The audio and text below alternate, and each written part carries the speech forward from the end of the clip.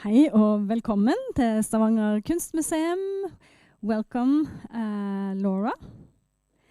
We are so pleased that you are here with us today.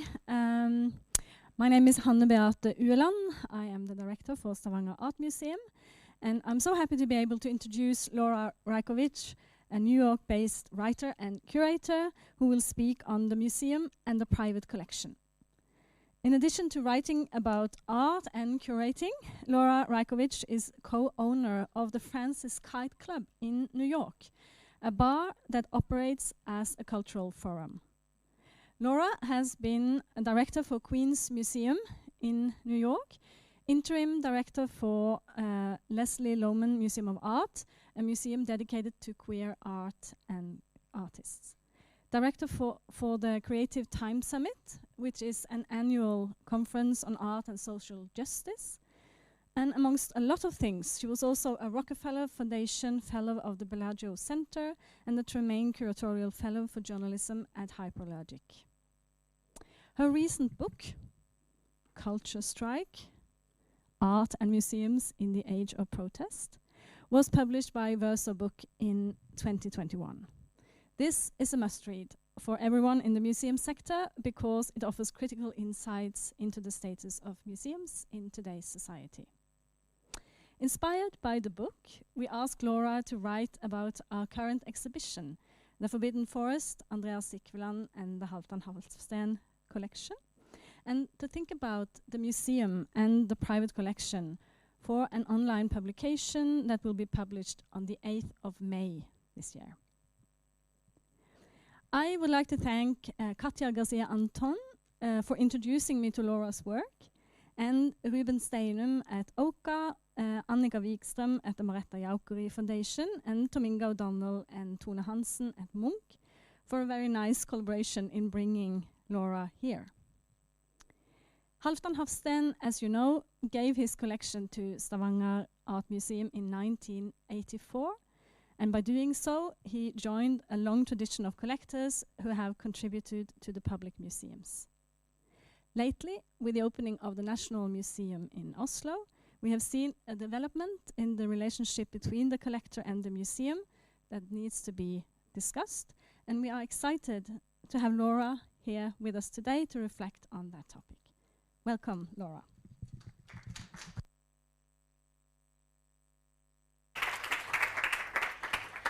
Thank you so much, Hannah, and thank you for this warm welcome here this evening. I am really delighted to be here with you. As Hannah mentioned, I am here from New York City, where I live on Lenape lands that are unceded.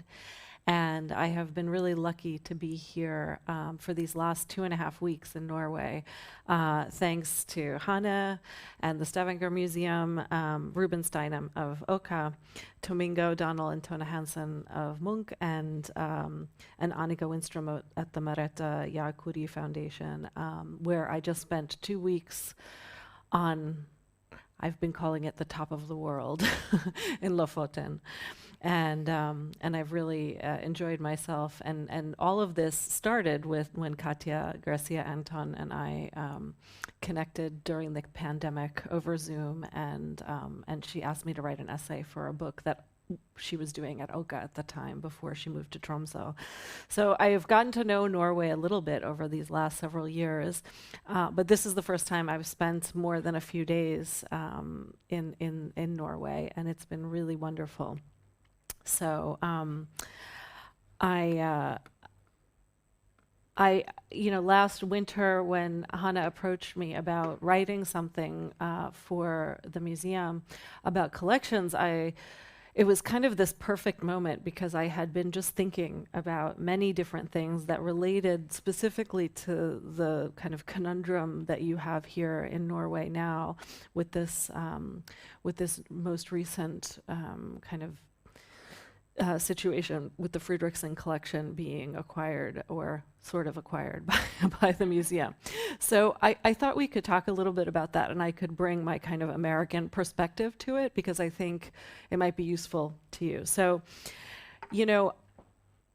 I think a lot about where art happens, right? You know, being a kind of recovering museum director and somebody who loves to be in a room with art and with other people who care about art and having an experience of art.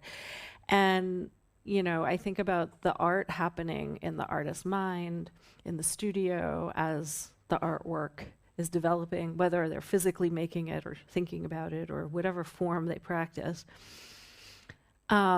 About it, you know, arriving to a place like a museum where it's going to be shown, where the first people who interact with it are not the publics like us who come to museums, but the people who handle the art, who unpack it, if it's a physical object, take it out of the crate and, you know, look at it, inspect it, make sure it's not had any damage.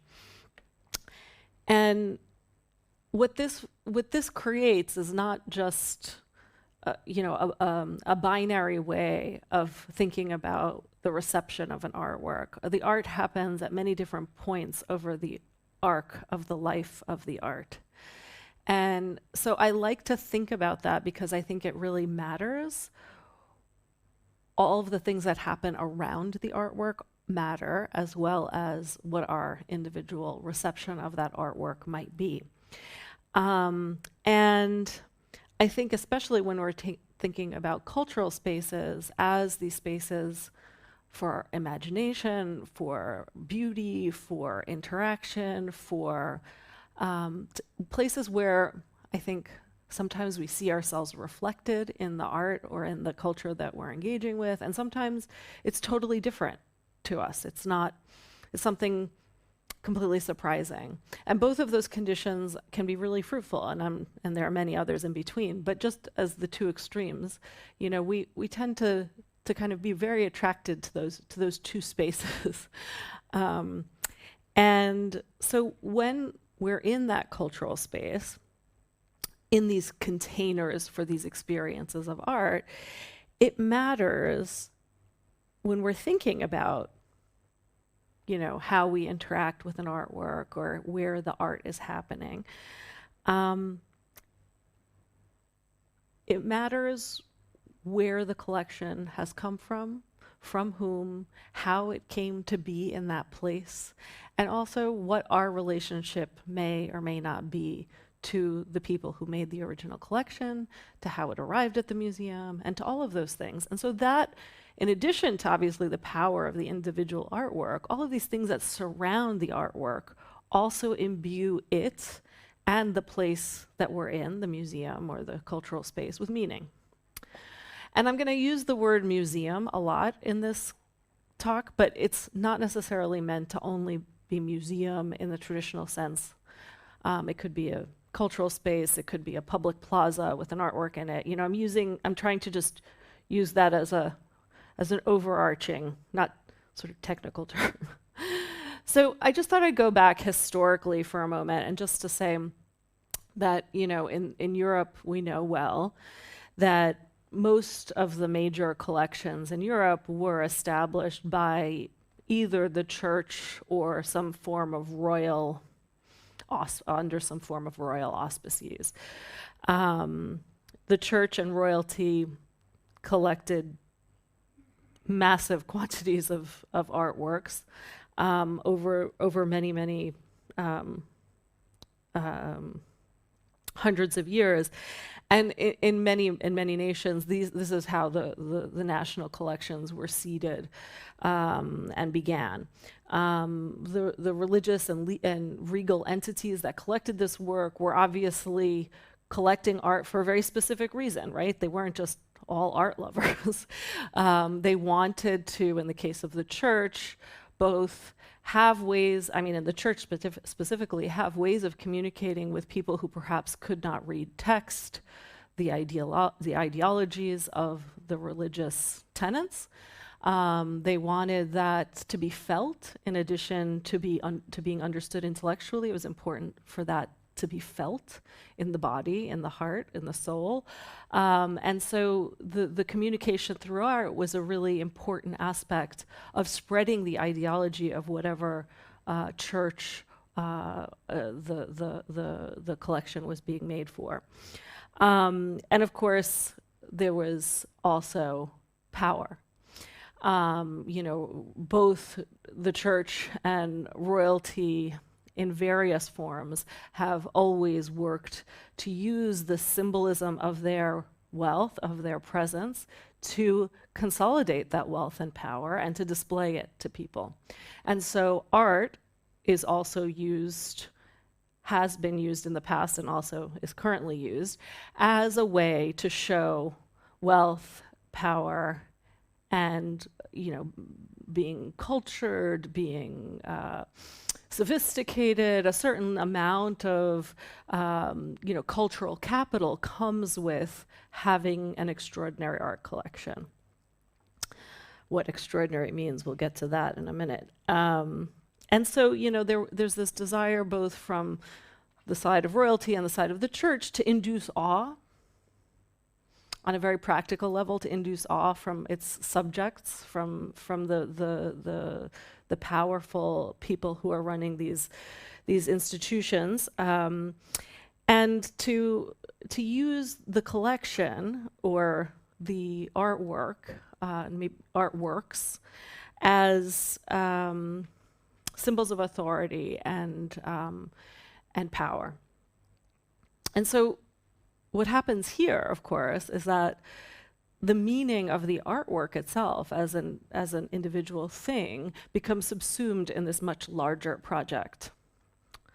And of course, it retains its own power and its own meaning, but it's harder and harder to separate that from the bigger forces at play. And so messages around national identity and justifications for colonization, in addition to very, very specific ideas about taste and education, become a part of this kind of web that we're weaving about what the collection might mean, right? And so, in some senses, the ways that historically these objects were then categorized and put into what have become more public institutions actually centered a very particular worldview around whatever it was that those people who were in charge of collecting such objects for either the state or the kings and queens and royalty or the church, what they were interested in. And so what they collected, therefore, was to help achieve those aims. It wasn't going to be something that ran directly counter to that because that didn't serve their purpose. Now, in the United States, things were a little bit different because of the way the United States came to be a nation state. Although art collecting was always very deeply connected to the European roots of the U.S. And was, the collections that were established early on were very much about educating a population that was seen as needing education, and was created not by the state, but by the robber barons of the 19th century, largely very, very wealthy individuals who purchased art, massive quantities of art for themselves. And so while these people were doing this because they liked it, but they were also doing it to establish themselves as equals to the cultural elites of Europe. And this was a very big piece of the kind of competition. In fact, we see that throughout the history of even contemporary art in the 20th and 20th centuries, when American art theoretically finally became equivalent to that of the European. When you talk about the advent of Jackson Pollock and his cohort, finally the Americans were able to produce some art of worth. I think in the days of the robber barons, many of these people were extremely, some of them, like Carnegie, for example, grew up as a very poor kid, and he wanted to kind of show off that he could be as cultured as anyone else, having grown up and having gotten his education largely in public libraries. He ended up being the person who established the public library system in the United States. So, we have, in addition to having an extraordinary art collection, of course, so, we have all of these different layers here. Layers of a desire to be seen in a certain way through art, through the use of art and collections and the ways in which one conveys their own sophistication and engagement with culture, and also to show off how wealthy you might be, as well as, a kind of multifaceted set of interests that surround perhaps what particular types of painting one is interested in or whatever. So, and clearly these have a cumulative impact that, in the case of a Carnegie would have to impress even a king or a cardinal at the Vatican. But however, in both of these geographies and kind of sets of social circumstances, there's some biases embedded in how these collections were put together, what their goals were, whether they were implicit or explicit. It's really crucial to understand the political and social and economic meanings of how these biases operate in museum spaces today. So, given how these collections were amassed, clearly they were very highly gendered collections. They were highly raced. They were incredibly classed. Obviously, people who were making these collections had enormous resources of all kinds. And just frankly, the whiteness and maleness and cisness and wealth of those who historically selected these objects was very specific and narrow. And so, obviously these people weren't selecting things just because because they like them. they appeal to them for very particular reasons. And so those are the collections selected by this very narrow piece of the population that became excellent, that became reified in our museums, in our national collections, following the democratization of Europe and kind of the release, for example, of the collections at the Louvre from belonging to the kings and queens of France to belonging to the people. That transition created a whole different set of dynamics where suddenly people were like, oh, this is ours, but in point of fact, a very narrow universe of people selected those works and called them excellent. And then many subsequent generations of people studied those works and further reified that excellence. And of course, the same thing happening in the United States. And so the same thing's happening in the United States with a slight difference, which is that, after somebody who's amassed a large collection, as an individual, after they passed away, oftentimes their descendants would end up with all of this stuff. And sometimes they liked it, sometimes they didn't like it, sometimes they wanted to get rid of it because they didn't like it. Sometimes they wanted to get rid of it because they couldn't afford to maintain it. Sometimes they just didn't know what it was and didn't really care about it. And so these things also ended up in public domain, being donated to museums and other such spaces. This isn't unusual, it's very common, but it's just the way that these things flowed.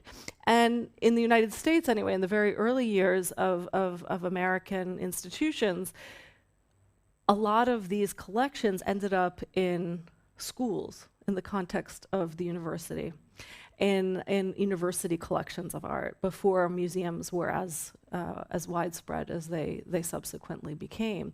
And so that space of the university museum of having these collected artworks often meant that they were teaching collections, and so even more people were studying these collections in this way.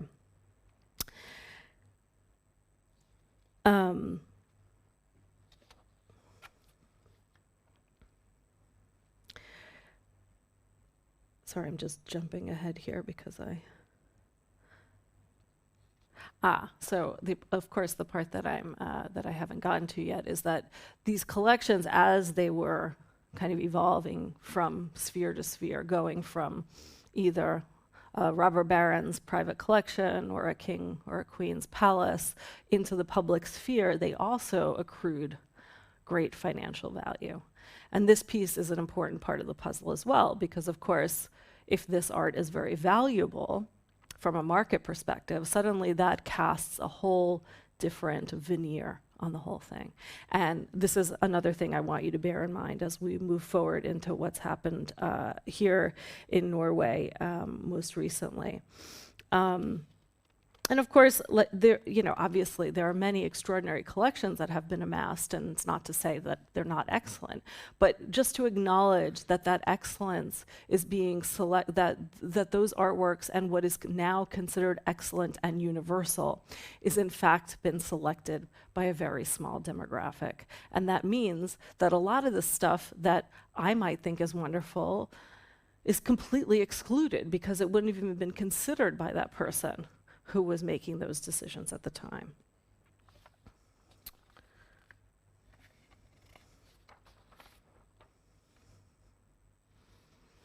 So there's this problem with the universal, right? Because universal to whom?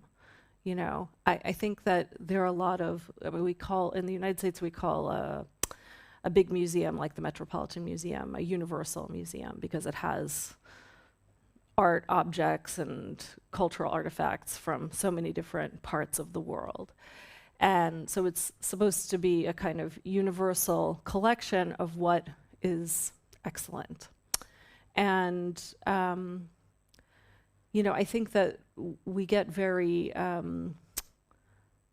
love the Metropolitan Museum of Art. It's one of my favorite places to go. It's such a beautiful place to sit and contemplate. But also we have to think about the conditions under which some of those objects are no longer in the place that they originated.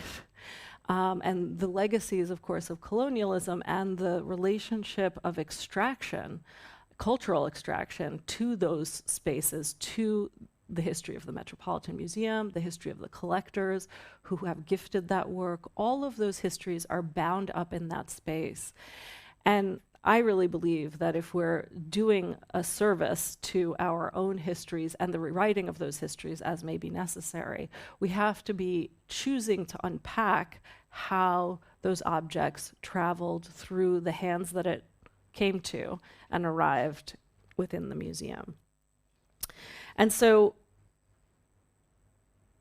I want to talk about this some more. I want to talk about how and why it's necessary to think about how collections and collecting really emerge out of this very murky territory about individual biases, social and societal biases, the histories that we choose to tell as a society, the histories that we choose to put off to the side, and reckoning with the injustices of those histories, or at the very least, creating alternate ways of accessing what the realities of life contend with. And in parallel, as places that contain culture, which is all of this, our museums are also sites of such uncomfortable dynamics. And of course, the meanings that we create within spaces like this one change over time. And that's also important to understand, is that, it's not we're not operating in a static universe. And so let's talk about the Stavanger Museum, because I think there's a very beautiful show up, which I hope you've all seen. And I think that Andreas Sikkeland has done a very interesting thing here on very many multiple levels. And I was so glad, obviously I hadn't had the opportunity to see the installation live. I'd only seen it in pictures until Hannah and I were able to walk through the show. And, it's very moving, I think, what Andreas has done, because he's taking this very particular collection, the collection of Halvdan Hafsten, and really let us look at it in a very fresh way. And of course, the narrowness in some ways and the depth of Hospen's collection allows him to do that. What he's done is he's taken these very particular artworks by 8 male artists, and we know that Hospen, he wasn't trying to collect, for, the biggest group of artists he could possibly collect. He focused very specifically on these 8 artists. Why he did that, I don't really know, but I'm sure he does, or he did. And he really went beyond just collecting the individual works. He was collecting the ephemera, a lot of exhibition histories. He was really doing a deep dive into what these artists did. And what I think is very interesting about what Andreas Sickeland did is he gave us a new way of looking at that, because it's not, he made a very generous gesture to expand how we might appreciate those particular artworks beyond the framework that we had for them through this particular collection. And, I think that this, there's some very particular things about Andreas Sickeland's view about the inside and the outside, about the domestic and the wild, about the relationship between being inside a house or in an interior space and appreciating nature, especially here, visiting the Stavanger Museum, which is in a park. It all kind of makes sense on this very meta level. And it makes sense to me that he would choose many of the works that he chose being very particular interior scenes that then have a reflection on the outside, to the outside, whether it's through a window or it's an exterior view that shows people somehow appreciating nature.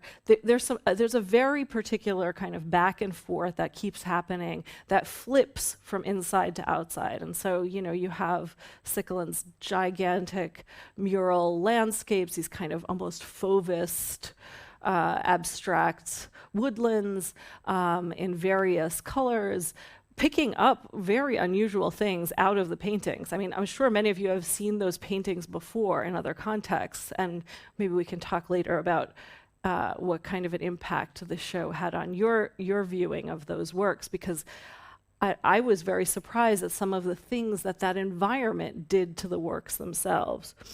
So, I think that what he's done is kind of created this very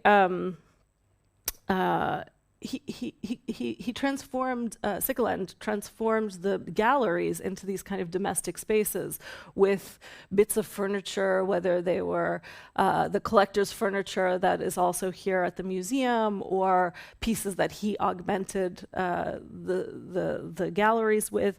And it just kind of, and adding the swagged curtains in between the galleries, it just changes the vibe and makes you feel a different kind of way when you're in that space.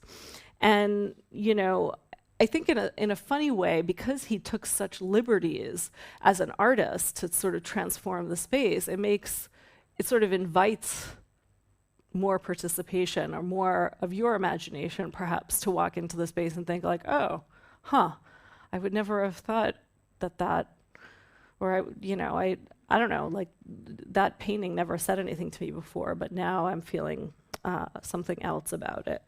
And so you're in this interior environment that also has been made to feel like an exterior environment because of all the woodlands, and you're seeing works that perhaps you're familiar with, but what you're really being asked to do is to prioritize what you think and what you're engaging with over and above what you may have been told about the works. And this is what I think is really interesting in terms of a way of presenting art, to kind of have the invitation be to the publics who might come and see the installation to actually have a response and prioritize that above what the history of the individual artwork might be.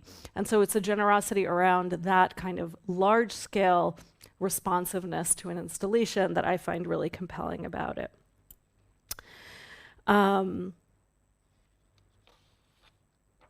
So it's about that invitation, and it's about questions of what these artworks communicate as a group, what their histories might be at the museum, what the collection's history might be, and it asks you to kind of participate in that. And so I think the idiosyncrasy of that collection and the way that Sickelen decides that he's going to kind of frame that is a very useful place to start in kind of contrasting it to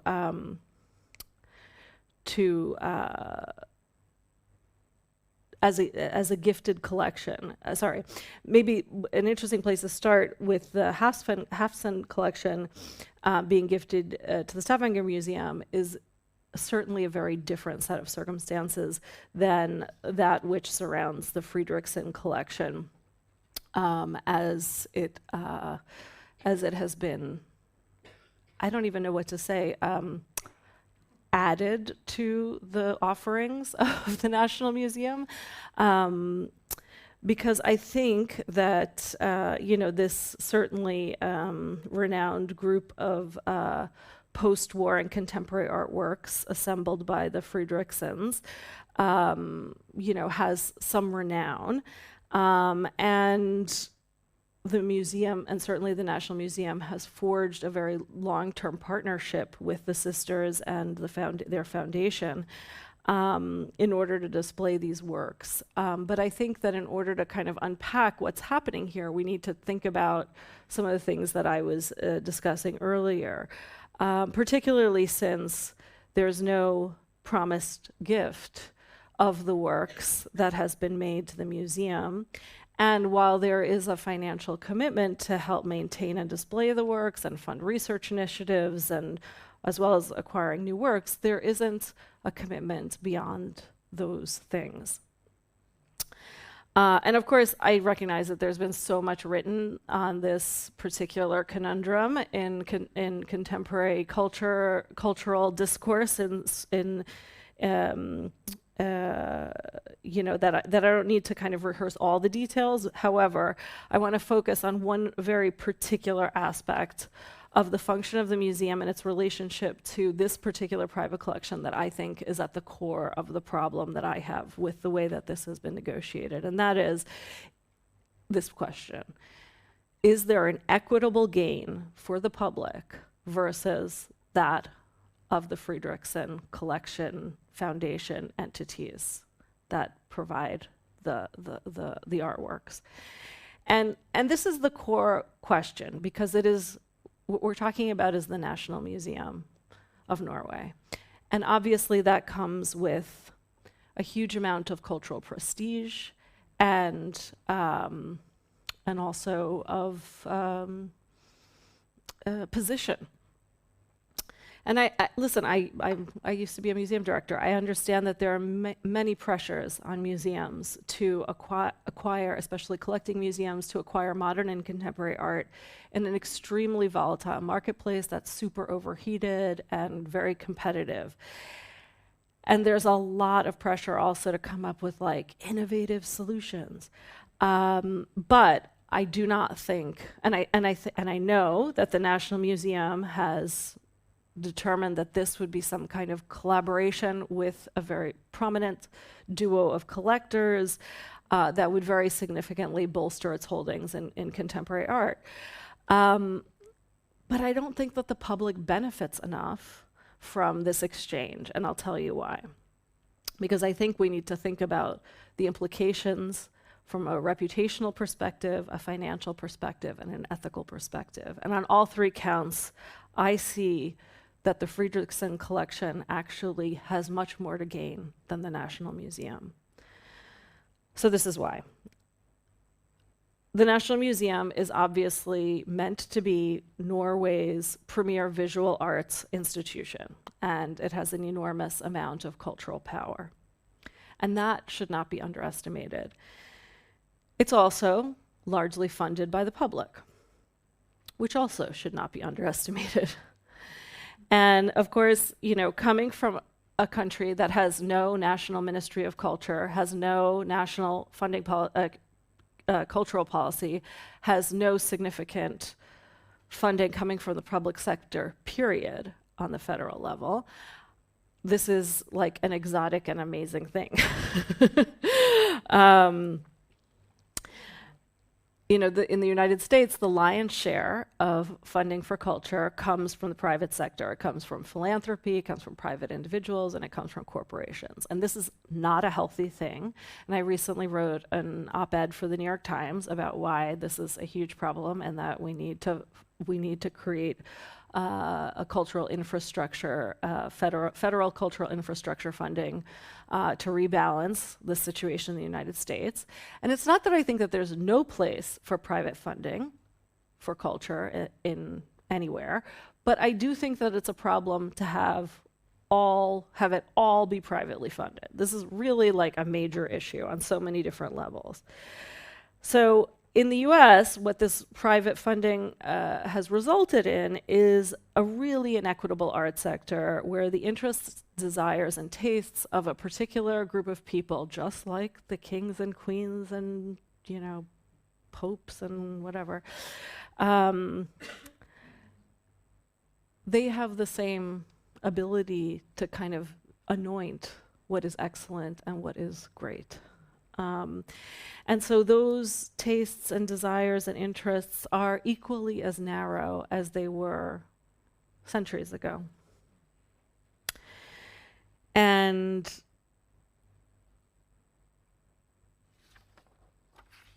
in the context of Norway, I think there are certainly ways for this private sector to be involved in supporting culture. However, I think that there is the Fredriksson's collection's relationship to the National Museum really doesn't provide, but it has to provide a public benefit, right? And I don't think that the Fredriksson collection deal does. So number one is that it's not a promised gift, which means that the museum will not own the works in the collection. There isn't even a timeline for that, which I find shocking, but to me that's just a fundamental piece of the puzzle. It means that any resources, including all of the funding that the Fredrikssons might be giving to support the work, to exhibit it, to do research on it, all of that is staying with, all of the result of that is staying within the bounds of the Fredriksson collection. It doesn't extend to the public good of having that collection publicly available, right? The fact that the artworks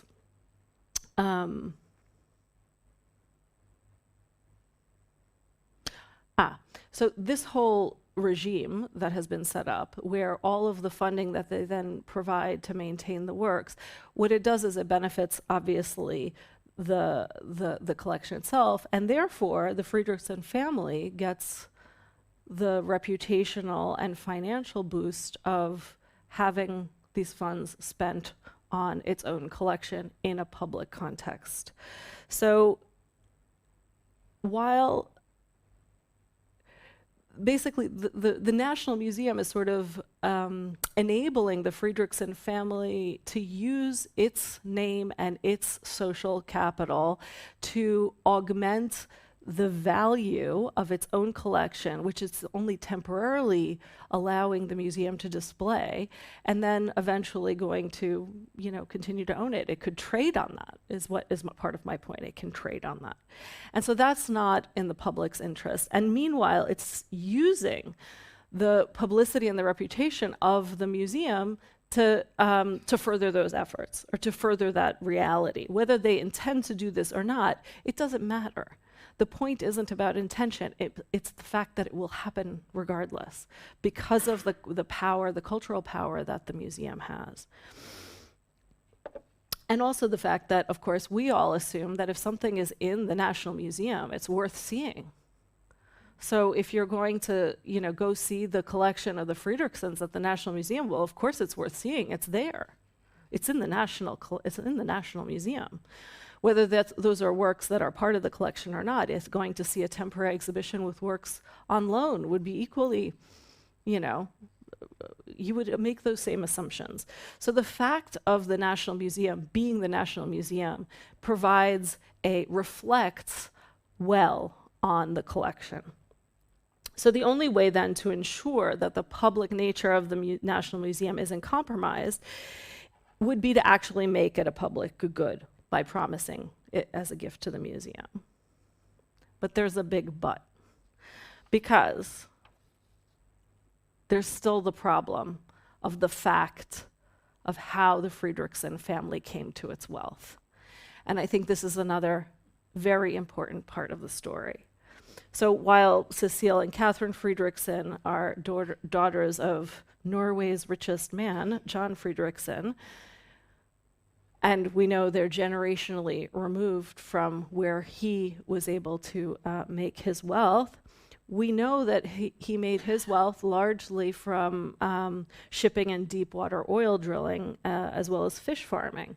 And so, you know, it's not that any of those things individually are evil, but to the extent that if you are able to make, there's a certain aspect of hoarding that has to happen in order to accumulate the amount of wealth that one individual like John Friedrichsen was able to accumulate. And I think that always is reliant on many forms of exploitation along the way. And so you cannot possibly accumulate that degree of wealth without the kind of exploitation that goes alongside of it.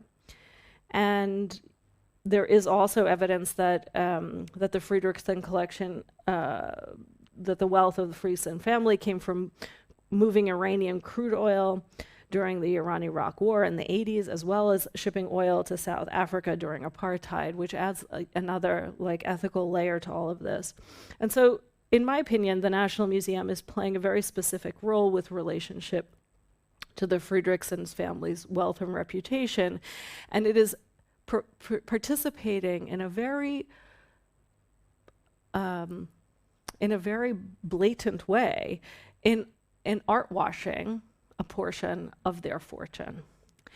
And I think that's a really tough place to be in as the National Museum, to be seen in that light and to be actually making it okay.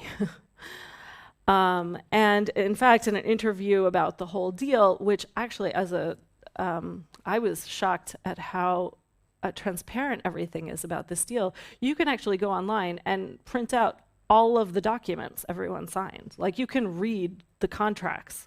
It's kind of amazing, and you should do it. I found it fascinating. You know, the National Museum has made it very clear that they're not going to talk about, that they don't want to discuss, they don't want to have any conversation about where the Friedrichsen family wealth is from or how it has benefited them in this very particular way. In fact, the director has been quoted as saying, "We're not going to go there," when asked about it. And actually, Charis Gullikson has written a number of different really well-researched articles about the subject. So I encourage you to look them up, because I do think that there are all these kind of other layers around John Friedrichsen. He's now a Cypriot citizen. He doesn't even pay taxes in Norway. I mean, there's like a whole ball of wax there that's got to be undone. And so if a portion of the Friedrichsen's wealth is now living in the physical form of an art collection that then is not gifted, but lent, let's just say, to the National Museum, in this deal that then provides capital to maintain that collection, to display the collection, to do research on the collection, and then also to acquire new works, in consultation with the museum, of course. But this also benefits the Friedrichsens, because they may be big collectors, right? But museums always have priority when it comes to certain artworks. You know, when in the primary market, in the secondary market, you name it. There's always a preference for having an artist's work, especially a living artist, in a museum to having it live in a private collection where it's probably going to be in storage, right? Whereas if it's in the museum, the artist, whoever else, it says it's in a public collection. This is a real boost to the artist and the artist's reputation, and whoever else also owns works by that artist. So this is a piece of the puzzle that is not to be underestimated in the context of what they can achieve in terms of collecting new works, bearing in mind that those new works will also be part of the Friedrichsen collection, not part of the National Museum's collection. So we've got yet another layer of problem, because now when they acquire new works with the reputational assistance of the museum, that doesn't come back to the museum either. It stays with the collection. So I just think the full story of the roots of the collection, the roots which goes far beyond whether, you know, the sister's mother loved art and all of that is really lovely, but it has nothing to do with actually where this collection comes from and how it was put together and what it means today. Because what this collection means today is about the kind of dramatic story of that's related to climate emergency, that's related about transnational injustices, that's related to colonialism and extraction, that's related to all of these different things that are at the top of the list of all of the problems that we have in society. And so how you can ignore that to say, oh, but we're just going to display this wonderful collection of art because, you know, it's really hard to collect contemporary art now, I think that's a problem. You can't do that. And so through these arrangements, the museum is helping to actually convert a piece of the Friedrichsen's actual wealth into a display of their artworks as a point of national Norwegian pride. So, like the kings and popes before them, the Friedrichsen collection is embodying these narratives of human and natural resource extraction and highly problematic storytelling. Without expressly engaging in the complexities of all of this, the museum is not only art washing a patron's wealth, but they're also using their own cultural power to augment it, and it's making their own values highly suspect. So, in my view, it's not possible to ethically display this collection at the museum unless it becomes a promised gift and a transparent history is created around the collection and its founders. And listen, I mean, if something like that were to happen, you would avoid having a private entity subsidizing a public entity subsidizing a private financial asset. And I just feel like that would absolutely need to happen in order for it to be ethically dealt with. The museum has to engage in these material conditions of life. It is a life, what we talk about when we talk about art, is we talk about an experience of where life is embodied in a new way. When I see a great work of art, when I have a great art experience, it's great to me because it changes the way that I look at the world. And so without understanding what's at stake here, I don't think they can legitimately show the collection without engaging with these really tricky, messy problems of where we are in our society at the moment. And while we're all complicit in this big, messy life, and I recognize that it's not exactly an attractive opportunity to kind of unearth family secrets in order to gift some, or maybe not even secrets, to gift art to a museum, I do think that it's part of where we are right now in confronting the way that our society has evolved. And without at least talking about this in a straightforward way, the museum is actually upholding structural problems that affect all of us. And it's all in the name of a national cultural institution. So to kind of sum things up, I feel like if cultural space is important because it actually helps us cultivate our own imaginations, and think differently about the world around us, about the conditions of life that we are confronted with every day. We need to be able to be doing having these kinds of conversations within cultural spaces. And imagination is a key component of radical thought. Even if you're just looking at it on a very, very personal level, walking into Andreas Sicklin's show made me see this whole collection in a completely different light. I was looking at artworks I'd never really looked at before, you know? I mean, I'd seen them online, I'd, looked at the collection, but it just changed dramatically what these paintings looked like and what I thought about the person who collected them and how they might reflect, how I might integrate them into my own thinking about life. And so, because these spaces of culture so closely mirror the inequities of society, I think that they're still places that we should care about and contend with, which is why I'm not willing to let the National Museum off the hook, because I think that, in a sense, what the National Museum represents is a microcosm of the struggles of all of us. And so we have to figure out a way to translate these efforts or these blunders, these mistakes, these pitfalls of the museum and struggle with them together to figure out how to resolve them. Because if we can do that, then maybe we have a clue about untying some of the really problematic knots we've made for ourselves in this society.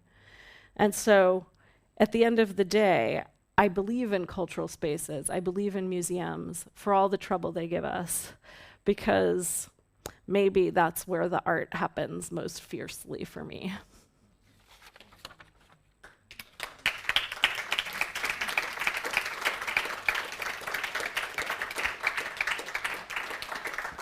And I would love to talk more and take questions if you have anything.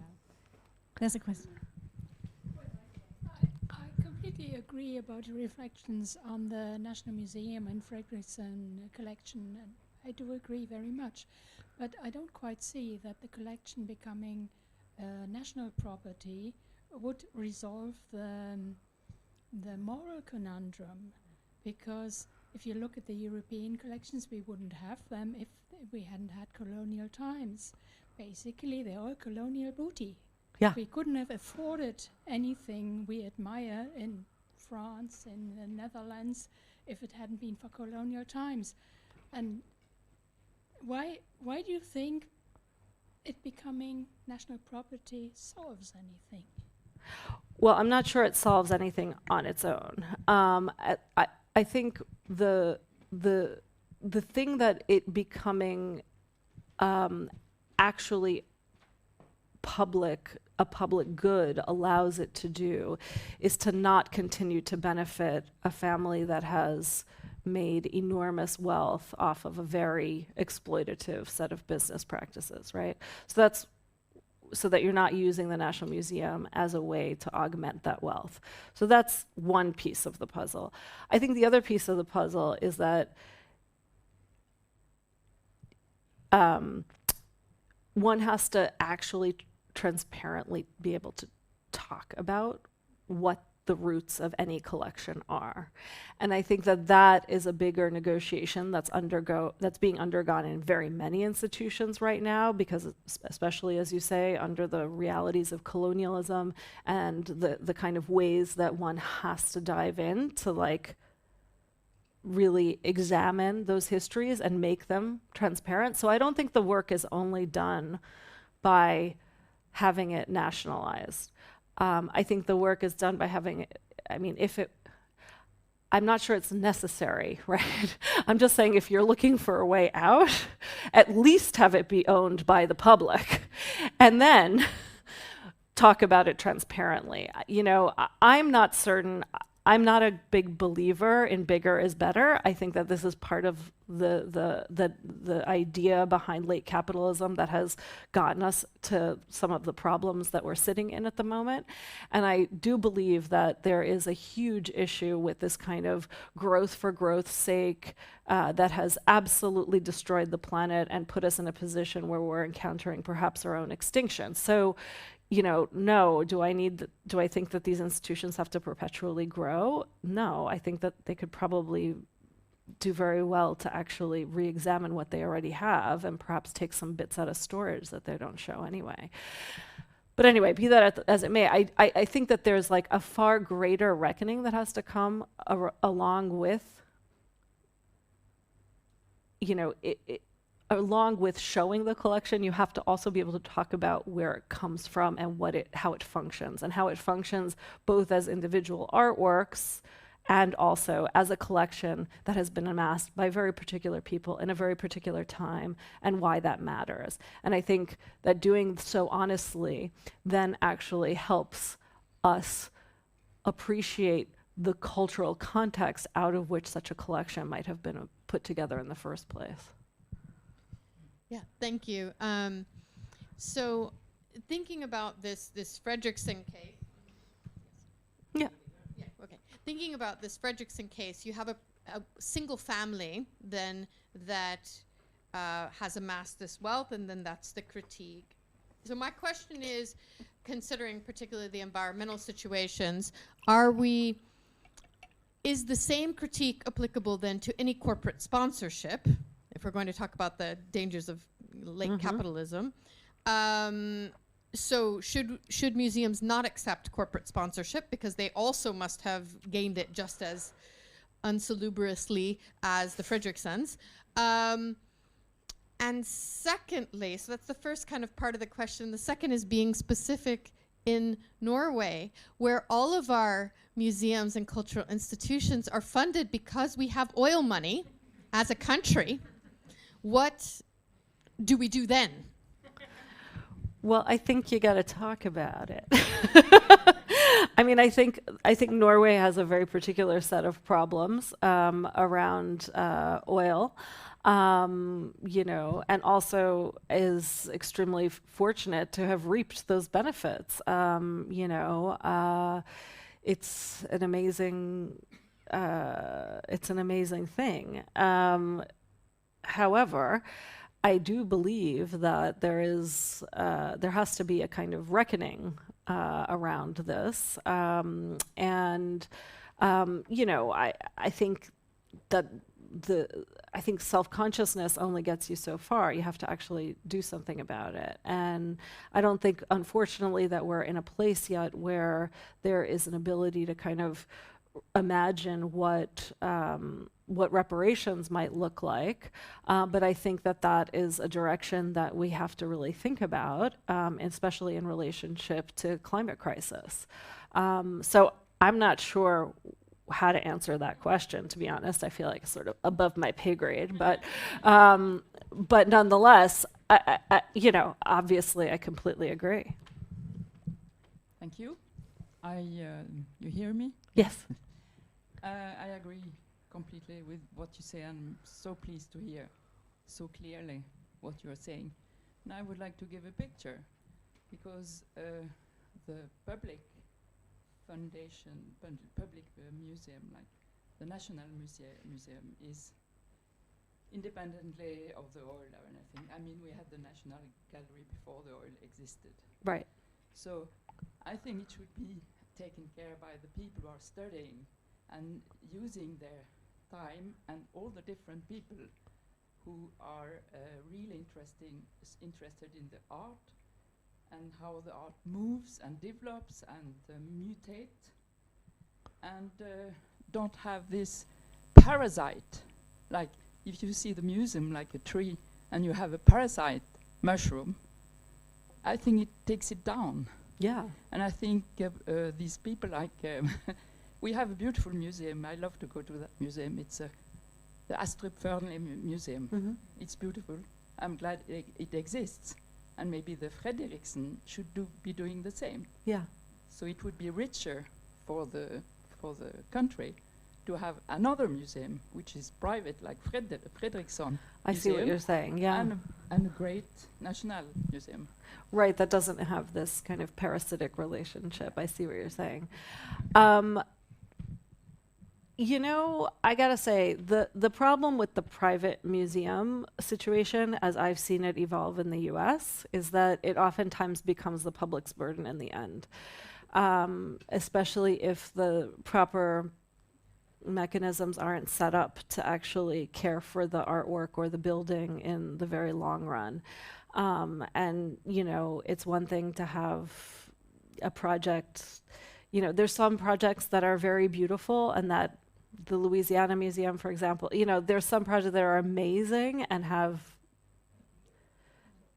evolved in really beautiful directions, but there are also examples that have been really problematic, and at the end of the day end up being part of the public, go into the public realm just because there's no one to take care of them anymore, or they haven't been properly endowed, or, you know, these kinds of issues that, anyway. So yes, I say yes cautiously because I also know there are pitfalls there as well. But you know, I think the bigger problem is the push for cultural institutions to have to, quote unquote, innovate in a space that doesn't need innovation. There are plenty of things that we need new thinking about. How to manage this kind of thing is not one of them. You know, I just wish that there were as many minds thinking about how to cultivate a more equitable cultural space as there were trying to think about how to seduce major collectors to gifting massive collections. Yes, and that is, you know, one of the challenges of running the museum also is how to fund, you know, the day-to-day running of the museum, the research, the education, the normal things that we need to do to look at our collection again, as you say, because where do we get the money? We get the money, you know, where the show is. So that's right. Yeah. And I think, you know, and this is a big, so the argument that I make in this op-ed that I wrote is about cultural infrastructure, because, you know, the big shiny thing is always, you know, the new acquisitions that people want to pay for, or the big show that is shiny and bright and, you know, somebody can slap their logo on. But the problem is that that's not the expensive part about running a museum. The expensive part of running the museum is paying everyone's salary, and in the US, paying everyone's health insurance, because there's no health insurance without a job. And, you know, making sure that the bathrooms are cleaned and that the doors get unlocked when we're open, and all of those things that are the most basic things you can imagine, making sure it's safe. There's no puddle in the middle of the walkway outside after the snow has melted, you know, there's no, so, you know, these really basic things, and that is the hardest thing to find money for. And so from my perspective, what we really need to be funding, and what wealthy patrons could do, is to fund cultural infrastructure, which means the unsexy bits, the parts that are not flashy and, like, you know, gonna bring, you know, make everybody, I don't know what. But these things that are actually going to make an institution function, you know, making sure that the front step is mended so that nobody trips when they're coming in. You know, the most basic things are the parts that are the hardest to find funding for. And I think that's the true shame of it, is the understanding the worth of the cultural space is all the invisible parts that you don't necessarily see. All the intellectual labor, the human labor, the kind of maintenance labor.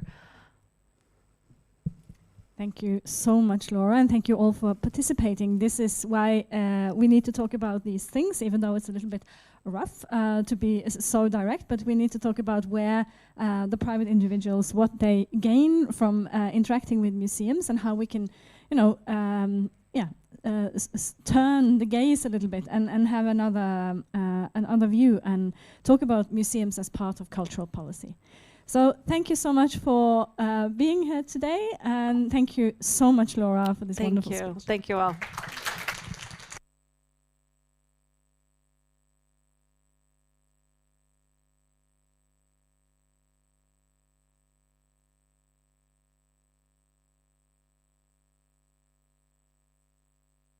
but Yeah, yeah. And when the light is no longer